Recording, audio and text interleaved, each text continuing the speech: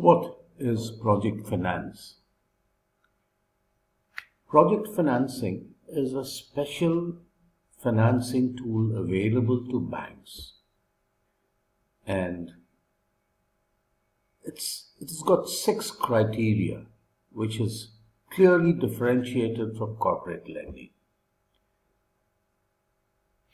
The purpose of project financing is to finance a clearly defined project which is separated from the mother company. And usually the project is a legally and economically independent project company. So it's a company all by itself. When a loan is granted to this project company, it is required to be paid solely out of the project cash flows of the project company. The promoters of the company, this project company, called the sponsors, have limited recourse, have limited liability, or the lenders have limited liability or limited recourse to the sponsors of the project. The only security for the project loan are just the project assets. And one of the most important things about this project loan or project finance is the risk structuring. More about that later. What are the other criteria of a project finance loan? It has limited life. So the project has limited life. Once the loan is repaid, the project company ends. Usually project finance loans are highly leveraged. That means the debt to equity ratio is almost 4 times. Tenor of the loan is can be anywhere from 10 to 20 years, and the sponsors or the promoters of the project are usually remote from the project. Remote from the project means that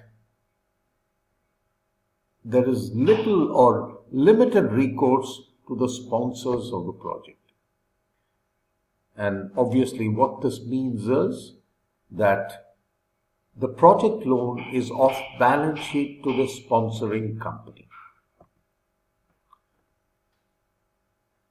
Some special criteria about the project finance loan is generally lenders do not agree to any new technology. One of the problems about this, the security, is the assets are all single-use assets. The loan is a very large loan in excess of $100 million, and usually the project is capital intensive.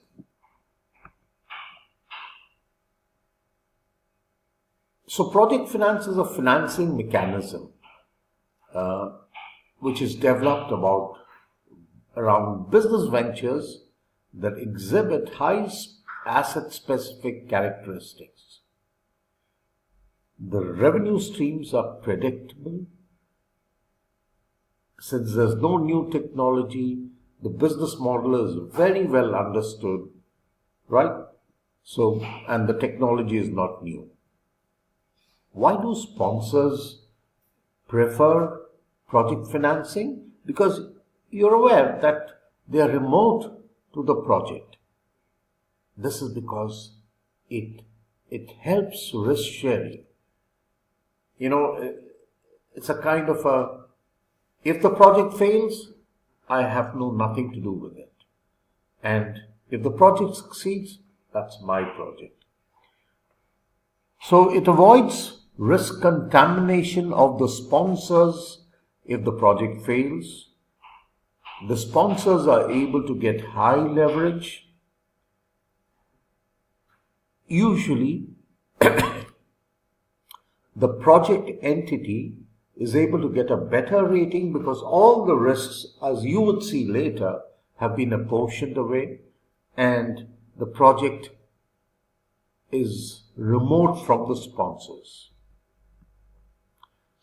Why do lenders give such a seemingly risky loan?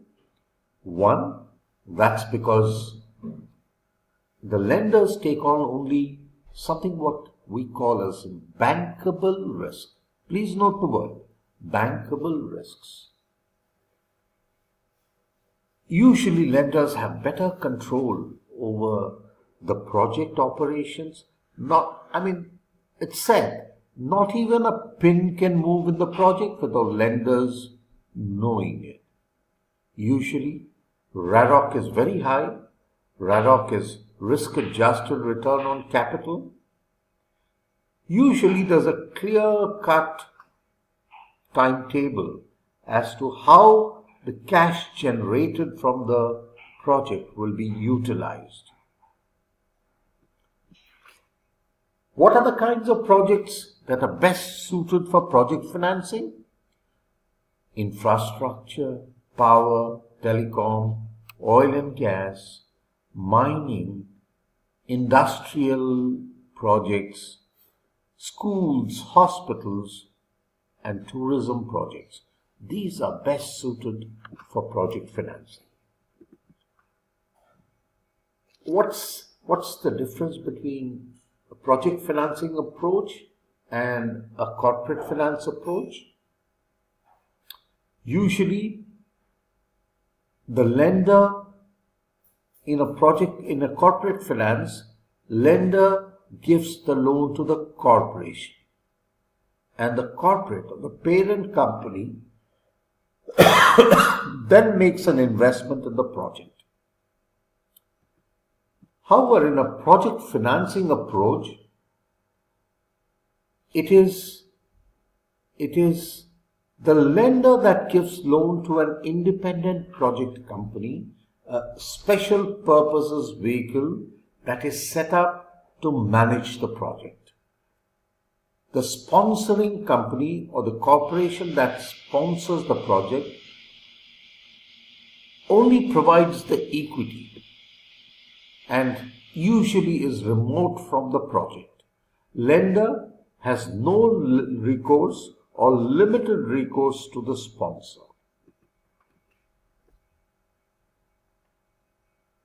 I mentioned earlier that one of the most important reasons or one of the most important functions of the lender is to identify the risks and to structure or to pass on the risks away from the project. How so? So it's necessary to really identify the project and make the project bankable. So what are the project risks? Usually, a project is divided into three time frames. The construction phase, the test phase, and the operations phase. Usually, the longest phase is the operations phase. Engineering phase is the period when the construction takes place. Startup phase, which is the shortest, is to test, whether the project is workable, whether the specifications specified have been met. Pre-completion risks, post-completion risks, sovereign risks, another way to see projects. What are the major classes of risks?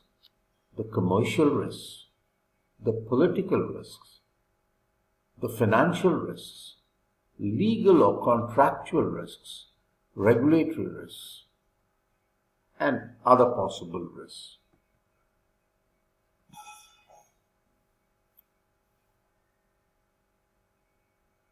Another way to look at risks: environmental risks, operating risks, commercial viability risks, revenue risks, reserve risks. Reserve risk has to do with the supplies available. Oil reserves, coal reserves. Then you have the input or the supply risks. Force majeure risks. This is to do with risks that human beings have no control over, and the completion or the pre-completion risks. What are the completion risks? Site acquisition risks, construction risks, delay in completion, engineering risks. What are the operating risks? Cost overruns, technology risk, maintenance, degradation, general project operations. Commercial viability risk, demand risks. That is, the project may not be able to sell its products. Price risks, the price may not be appropriate. Market risks, when there's fluctuation in market prices. Revenue risks, when the concession agreements with the buyer doesn't agree, doesn't work out, when the buyer does not take the product, buy the product, and things like that. Environmental risk is possible degradation of the environment, and this is very important, and it's usually related to the government. Supplier risks, the possibility that the supplier may not be able to supply at the agreed price or agreed quantities. Reserves risk, not enough reserves. Force majeure risks, acts of man, strikes, acts of nature, acts of the government, and market risks. Political risks is to do with war and civil disturbances, expropriation by the government, civil rights movements, or creeping expropriation where the government increases taxes and things like that. Legal risks, lender liability, the lender might face action from the sponsors. Participants, all the participants might not perform. The contracts may not be enforceable. Effectiveness of the regulatory regime and things like that. Financial risks, inflation risks, currency fluctuations, interest rate risks, devaluation of the currency. So these are all the risks that exist. We will discuss the other risks, how to mitigate this risk when we come back in phase 2.